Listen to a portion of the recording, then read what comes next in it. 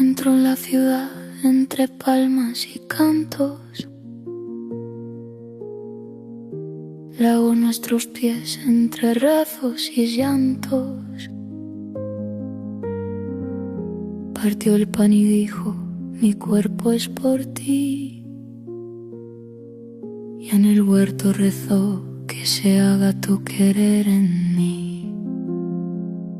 Jerusalén, Jerusalén, donde el amor se hizo cruz. Jerusalén, Jerusalén, donde la muerte fue luz. Lo prendieron de noche con beso de traición. Pilato se lavó las manos sin compasión. Lo vistieron de burla, de espinas y dolor, y cargó con la cruz hasta el último escalón. Jerusalén, Jerusalén, donde el amor se hizo cruz. Jerusalén, Jerusalén, donde la muerte fue luz. Al tercer día el sepulcro amaneció vacío.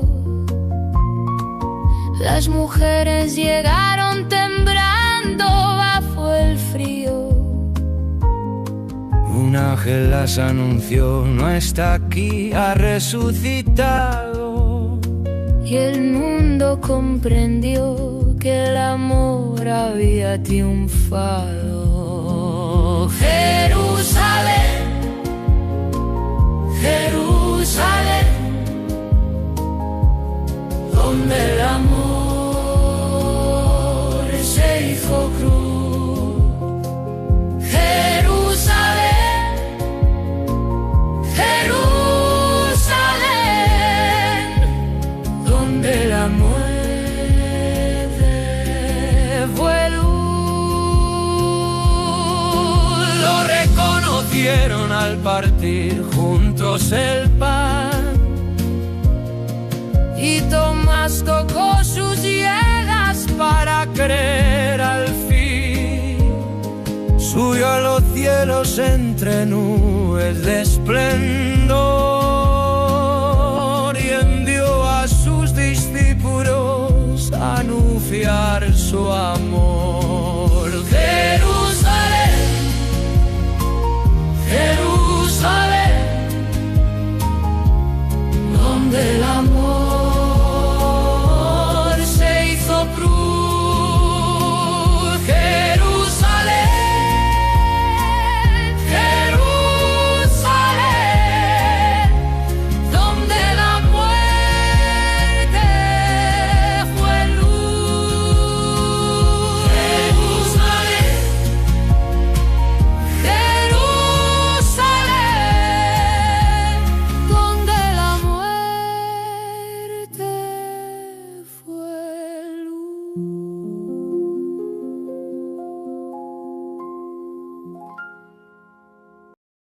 Bienvenidos, bienvenidas a su encuentro con Dios, con su amor, con su palabra, en este espacio de la Iglesia Cristiana Discipular en el hogar. Disponga su corazón para atesorar la ministración de hoy, creyendo que el Espíritu Santo le da poder para aplicarla en su vida diaria.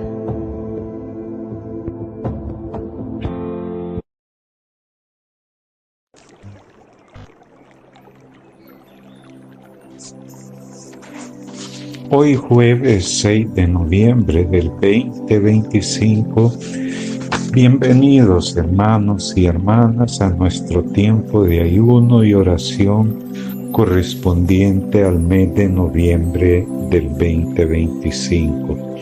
Primeramente, demos gracias a nuestro Dios amoroso, compasivo y misericordioso por tenernos con salud y vida, las cuales son sus más grandes bendiciones, sus más grandes regalos.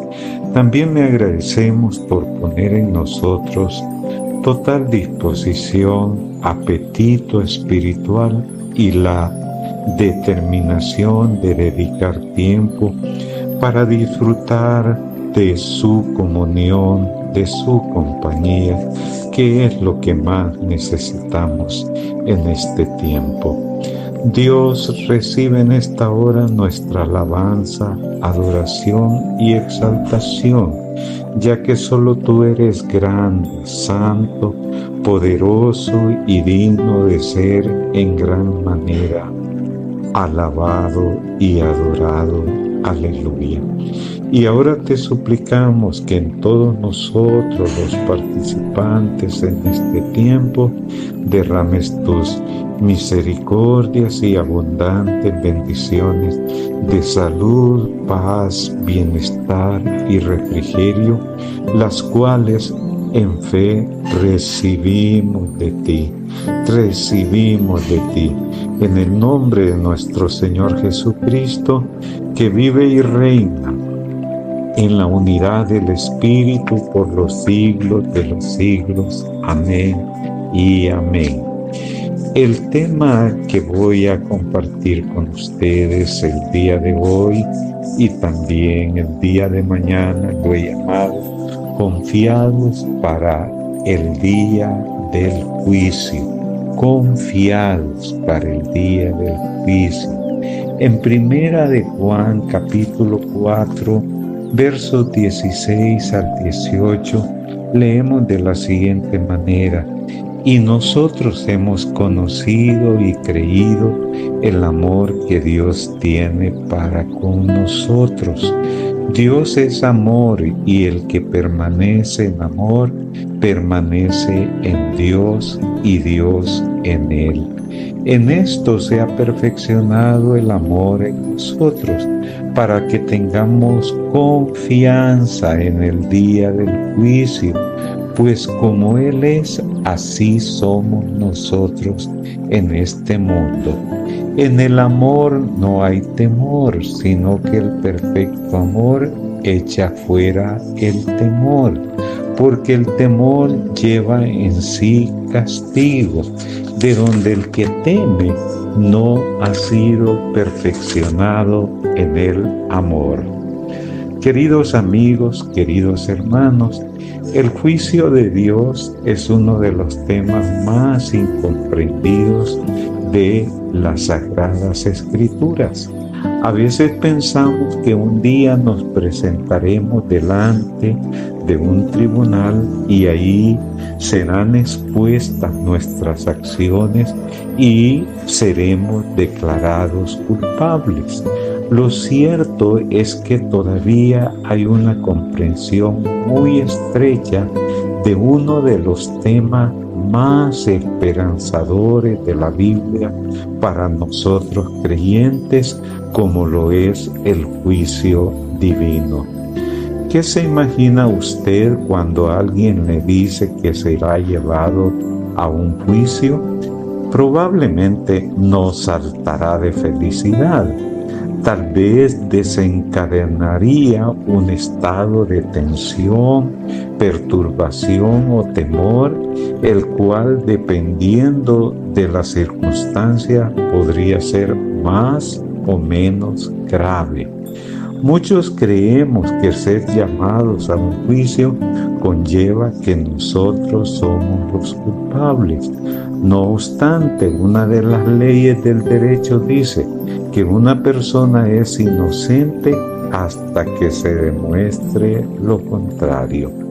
Aún así, en nuestra sociedad se considera que cuando alguien es citado a juicio, no es porque sea inocente, sino debido a que tiene una cuenta pendiente con la justicia.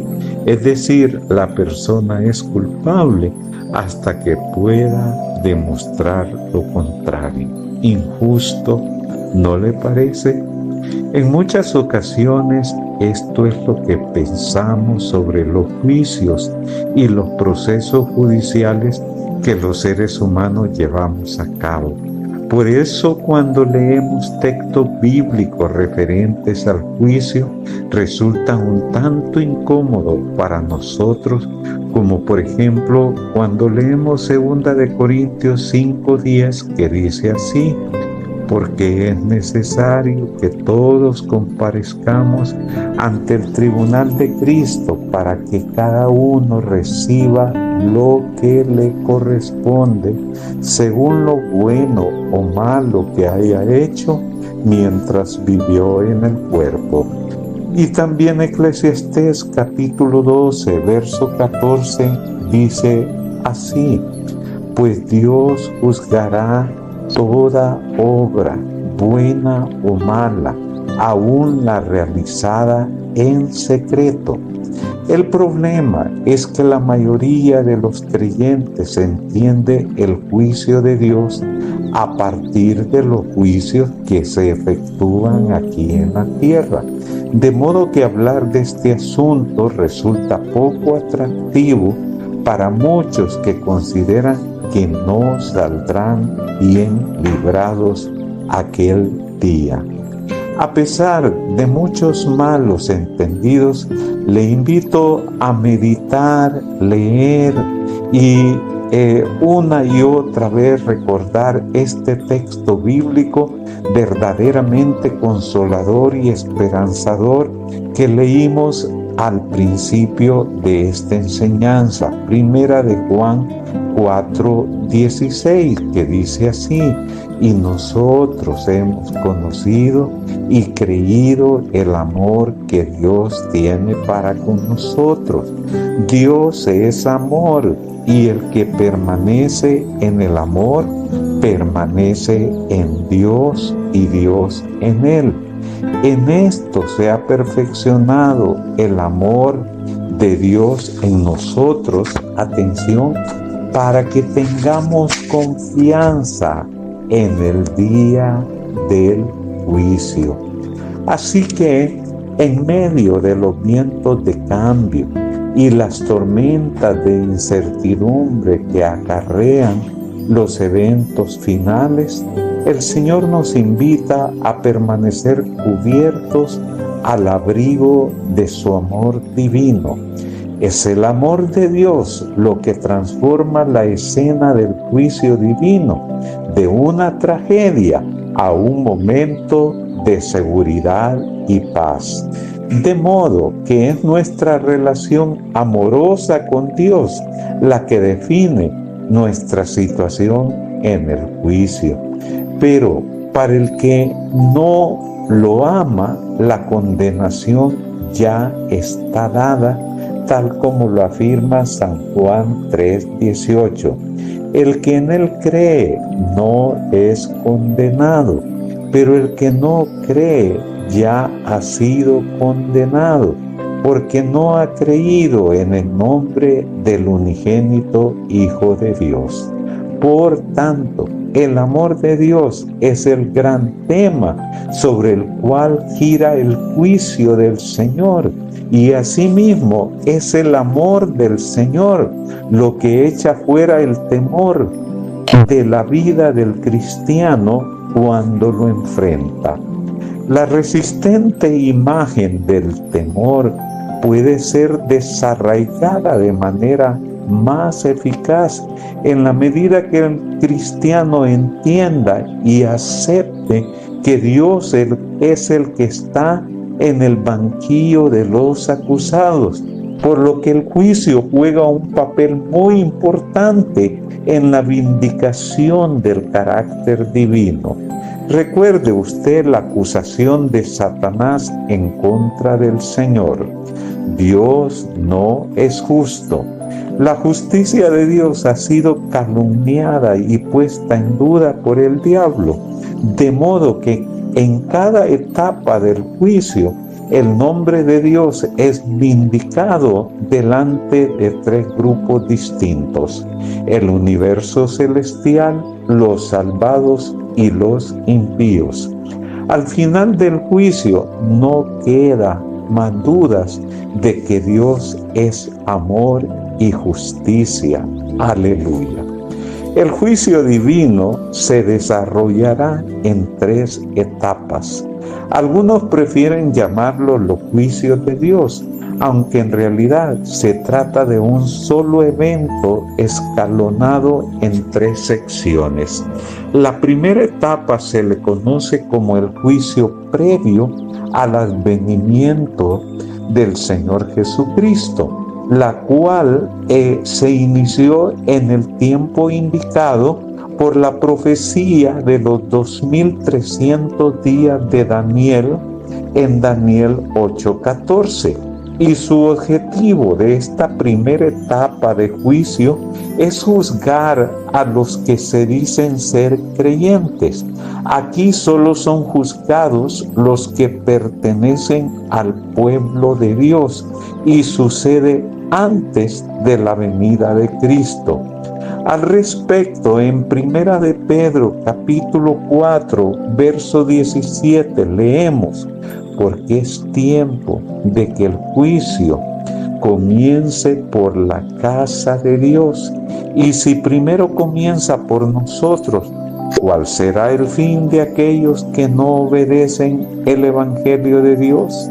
Y en Daniel 7:22 leemos: hasta que vino el anciano de días y se dio el juicio a los santos del Altísimo, y llegó el tiempo y los santos recibieron el reino. Aleluya. Así, al final de esta etapa, el universo celestial exclamará: Dios es amor, Dios es justo. La siguiente etapa se le nombra juicio milenario, el cual comenzará cuando Cristo regrese a la tierra por segunda vez y nos lleve a vivir con Él por un período de 1000 años. Durante dicho momento, los justos revisarán las causas por las cuales se perdieron los impíos. Dios quedará vindicado delante de los salmos. Del mismo modo, al final de esta etapa, los salvados exclamarán: Dios es amor, Dios es justo. Y la tercera etapa se le conoce como juicio final o ejecutorio, donde ya no se hacen aclaraciones, sino solo se emiten fallos: culpable o inocente, condenado o salvado. Asimismo, en esta etapa se aplica la sentencia: vida eterna o muerte eterna. Apocalipsis capítulo 20, versos 7 al 15. Muchos de nosotros nos hemos preguntado si en realidad existe la necesidad de un juicio. Nuevamente resurge el tema de no salir bien librados. El problema es que creemos que participaremos de la segunda o tercera etapa del juicio, pero nuestra etapa del juicio es la primera. Recuerde usted el bien conocido texto de San Juan capítulo 3, verso 16. Porque de tal manera amó Dios al mundo, que ha dado a su Hijo unigénito, para que todo aquel que en Él cree no se pierda, mas tenga vida eterna. Además, bíblicamente, el Señor no vino para condenar al mundo, sino para salvarlo. Asimismo, el verso 18, siempre del capítulo 3 del Evangelio de Juan, dice: el que en Él cree no es condenado.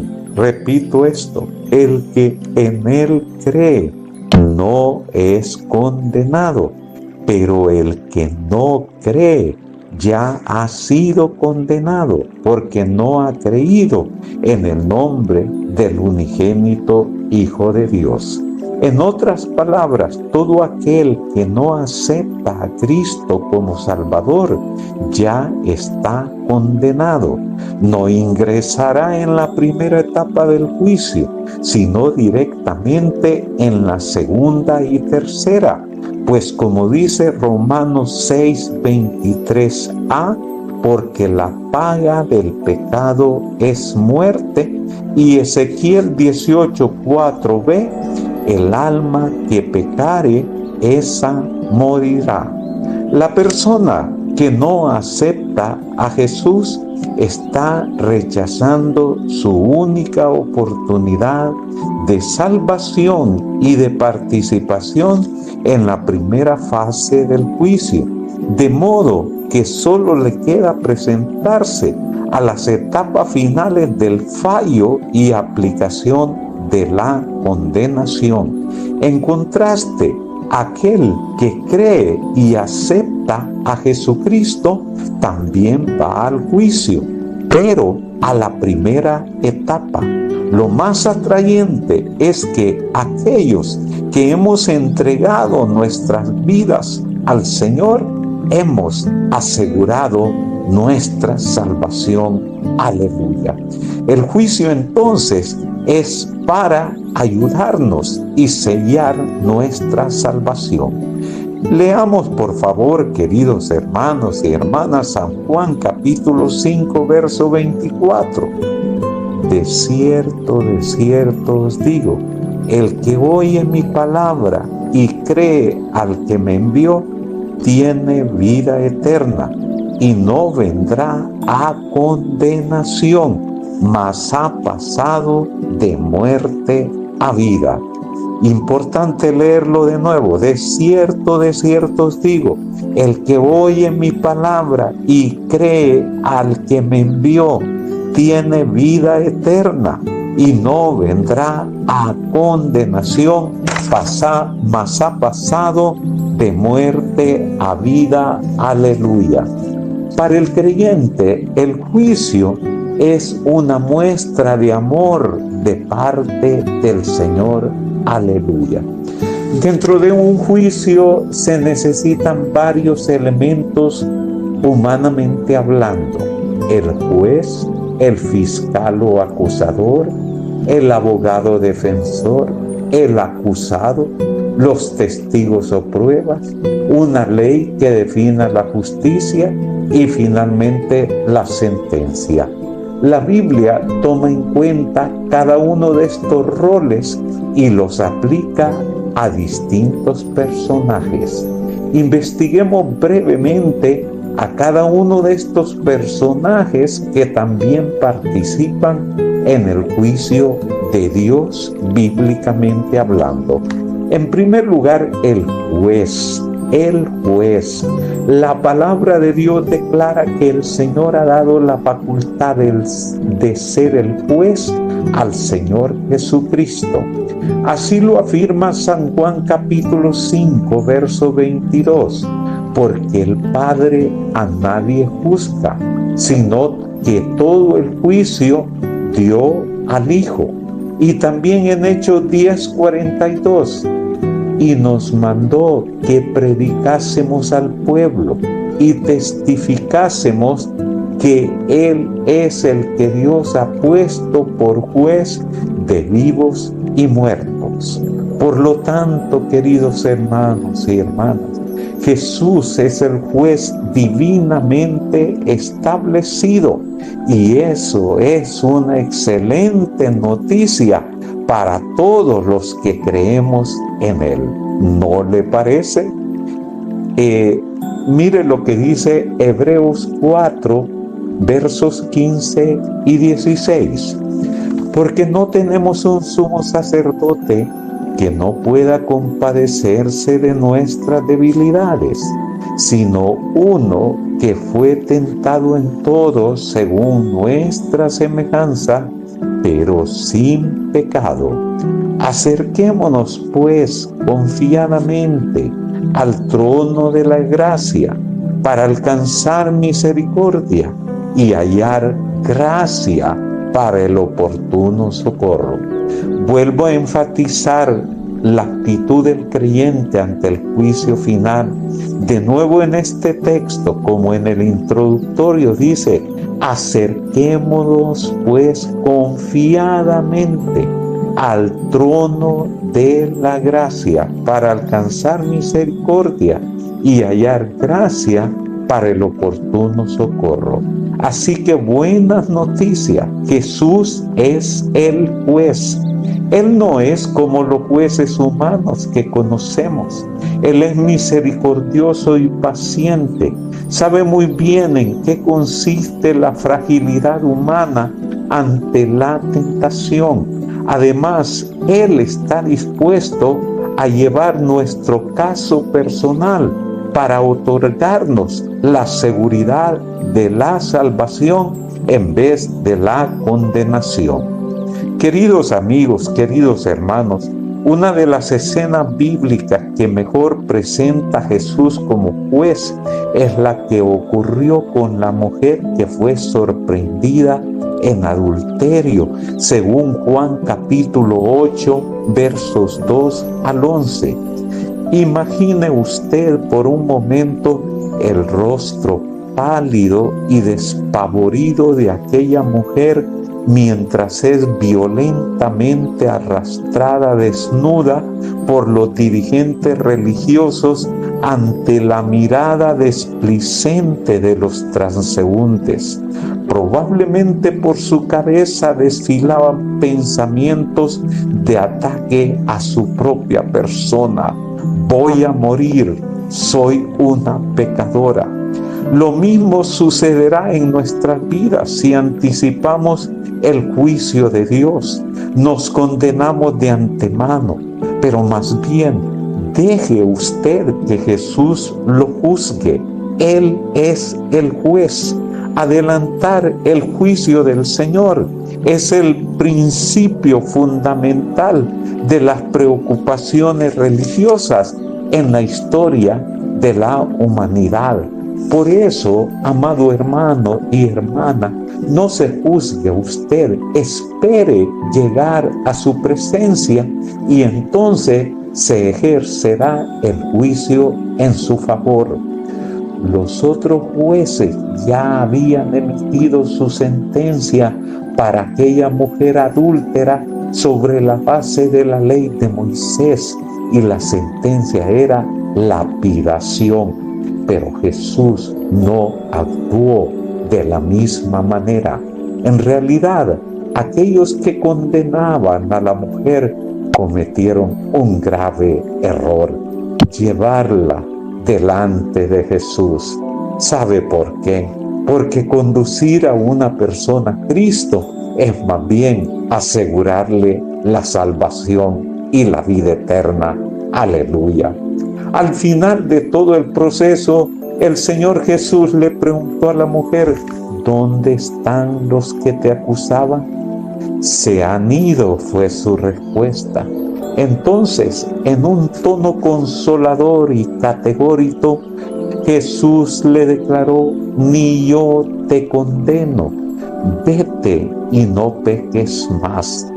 En un tono consolador y categórico: ni yo te condeno, vete y no peques más.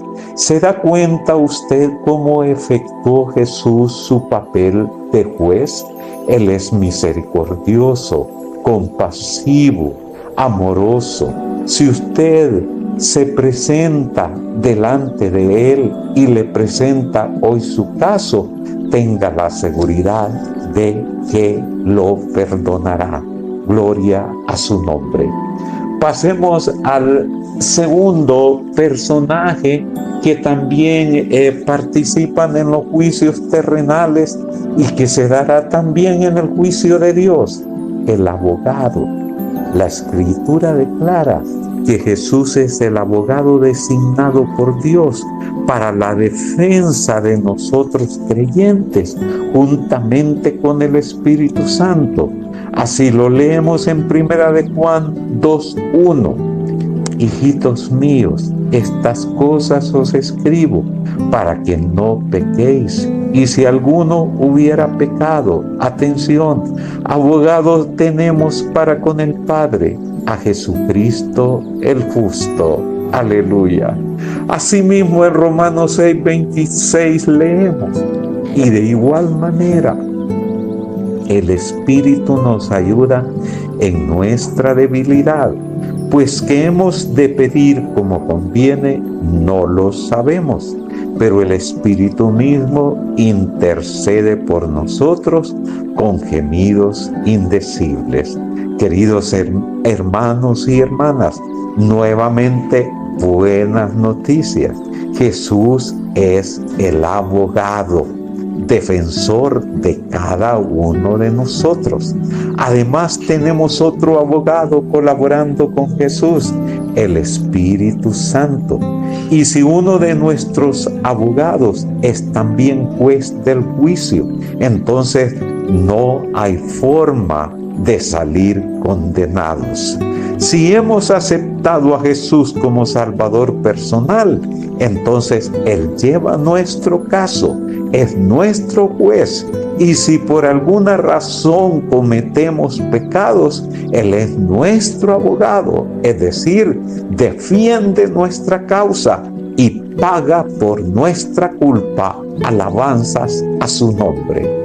Él puede apelar a la misericordia del juez, que es Él mismo, no por lo que nosotros hacemos, sino por lo que Él ha hecho por nosotros. Al respecto, en Romanos 8:2 leemos: porque la ley del Espíritu de vida en Cristo Jesús me ha librado de la ley del pecado y de la muerte. Bendito Dios. ¡Qué maravilloso Salvador! Siendo así, el juicio de Dios se convierte en una colosal manifestación de amor de parte del Señor para con el ser humano. El juicio ha sido establecido para garantizar la salvación a nosotros, hijos de Dios. Aleluya. Hace tiempo, hablando con un abogado acerca del tema del juicio, le pregunté cuál era una de las principales funciones del abogado con el cliente. Me miró con ojos chispeantes de emoción y dijo: pastor, un buen abogado debe brindar confianza al cliente. Eso es muy importante. El cliente que no confía en su abogado, agregó, está perdido. ¡Qué maravillosa lección! Todos estamos enternecidos al darnos cuenta que Jesús quiere que confiemos en Él. Por eso nos busca y nos llama a cada momento. Así que nuestra única seguridad es confiar plenamente en Jesucristo. Amén. Aleluya.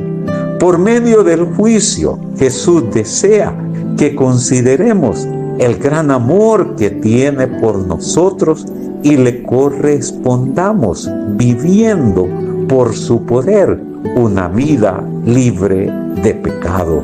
Asimismo, el invariable amor de Dios para con nosotros no es un permiso para pecar, sino más bien el motivo para no pecar. Aleluya. Repito esto último. El invariable amor de Dios para con nosotros no es un permiso para pecar, sino más bien el motivo para no pecar. Aleluya.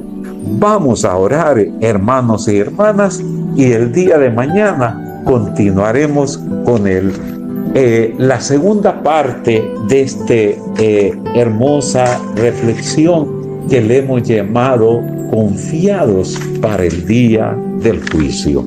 Les invito a que oremos juntos. Dios, hoy te damos infinita gracia que nosotros, tus hijos, aún en medio de los vientos y tormentas de incertidumbre y temor respecto al juicio venidero, sabemos y estamos convencidos que estamos bajo la sombra de tus alas y cubiertos por el abrigo de tu gran amor. Aleluya. Definitivamente es tu amor, Dios, lo que transforma la escena del juicio divino de una tragedia a un momento de gozo, seguridad y paz. Gracias, Dios, porque nosotros, tus hijos y tus hijas, no participaremos de la segunda o tercera etapa del juicio, sino de la primera. Y tu juicio no es para condenarnos, sino para salvarnos, para pasar de muerte a vida, para asegurar nuestra salvación y vida eterna. Y todo ello gracias al Señor Jesucristo, nuestro juez, quien es amoroso, compasivo, misericordioso, paciente y sabe muy bien en lo que consiste nuestra fragilidad humana ante la tentación. Además, Padre, muchísimas gracias, porque Jesús no solo es el juez en nuestro juicio, sino también nuestro abogado defensor y también el otro abogado colaborador con Jesús, quien es el Espíritu Santo. Siendo así, no hay forma de ser condenado, porque tanto Jesús como el Espíritu Santo defienden nuestra causa y en el caso específico del Señor Jesucristo, pagó por nuestra culpa. Gloria y honor al Dios justo, a Jesucristo nuestro juez y abogado, y al Espíritu Santo también nuestro abogado defensor. Y hermanos y hermanas, finalmente en esta hora levantemos nuestras manos y digamos todos juntos: gracias a la obra poderosa del Padre, del Hijo y del Espíritu Santo, recibimos ahora mismo todo lo que necesitamos. Proclamémoslo de nuevo: recibimos ahora mismo todo lo que necesitamos. No nos hace falta nada. Estamos completos en el Señor. Estamos en plenitud de vida por siempre y para siempre. El bien y la misericordia del Dios eterno nos siguen todos los días de nuestra vida, y en la casa de Jehová moraremos por largos días. Amén y amén. Hermanos y hermanas, un fuerte, fuerte abrazo, y la bendición del Dios Todopoderoso nos alcanza a todos nosotros en el lugar donde hoy nos encontramos.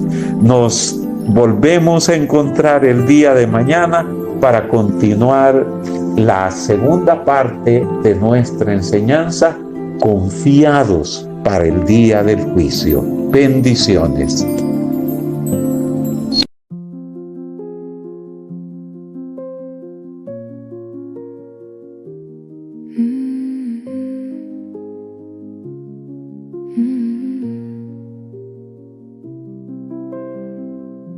Entro en la ciudad entre palmas y cantos.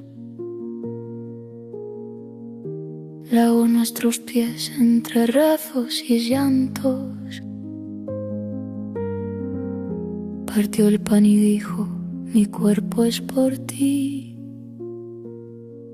Y en el huerto rezó: que se haga tu querer en mí. Jerusalén, Jerusalén, donde el amor cruz. Jerusalén, Jerusalén, donde la muerte fue luz. Lo prendieron de noche con beso de traición. Pilato se lavó las manos sin compasión. Lo vistieron de burla, de espinas y dolor, y cargó con la cruz hasta el último escalón. Jerusalén, Jerusalén, donde el amor se hizo cruz. Jerusalén, Jerusalén,